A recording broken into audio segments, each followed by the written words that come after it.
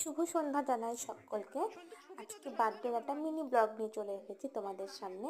আজকে আমার বড় মেয়ে সিঞ্জানের হ্যাপি বার্থডে। তো আমার শাশুড়ি মা এদিকে আশীর্বাদ করছে, কেক কাটিং পর্বটা হয়ে গেল। তো তোমরাও সকলে ওকে আশীর্বাদ করো, আমার মেয়েকে যেন জীবনে অনেক বড় হতে পারে। তো এখন ওর বাবাও আশীর্বাদ করবে। তো আগে বলি, সিঞ্জালের বার্থডেতে কে কে এসেছে আমার বাড়ি থেকে। সিঞ্জালের 2 মামা এসেছে, মামি এসেছে, আর ছোট দিদুন এসেছে, যে এখন আশীর্বাদ করছে আমার ছোট মাসি। তো সিঞ্জালদের এখন আশীর্বাদ হয়ে গেল। তো একটু এরপরেই সবাই মিলে আমরা ডিনার করব। তো বলি কি কি রান্না হয়েছে ওর বার্থডেতে আজকে।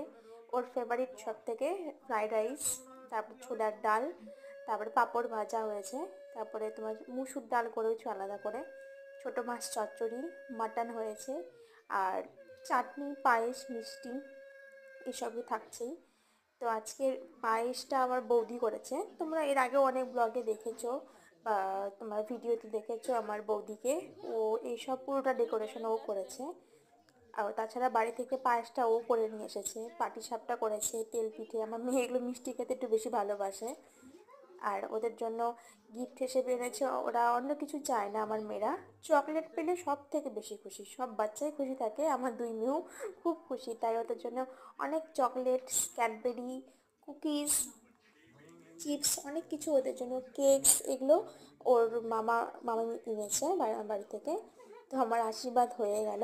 এখন চলে যাব আমার বৌদির দিকে। বৌদি এখন আশীর্বাদ করছে।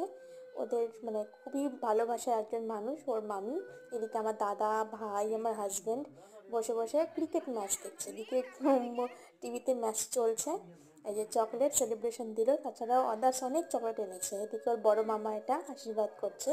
এরপরে ছোটো মামা আশীর্বাদ করবে। ছোটো মামা খুবই দুষ্টু, খুবই ওর সঙ্গে লাগে। তো আজকের ব্লগটা এখানেই শেষ করবো, এরপরে খাওয়া দাওয়ার দিকে চলে যাব। তো তোমরা সবাই এসো আমার বাড়িতে ঘুরে যেও। আর দেখো আমার ছোট ভাই আশীর্বাদ করছে। তো টাটা, গুড নাইট, সবাই ভালো থেকো।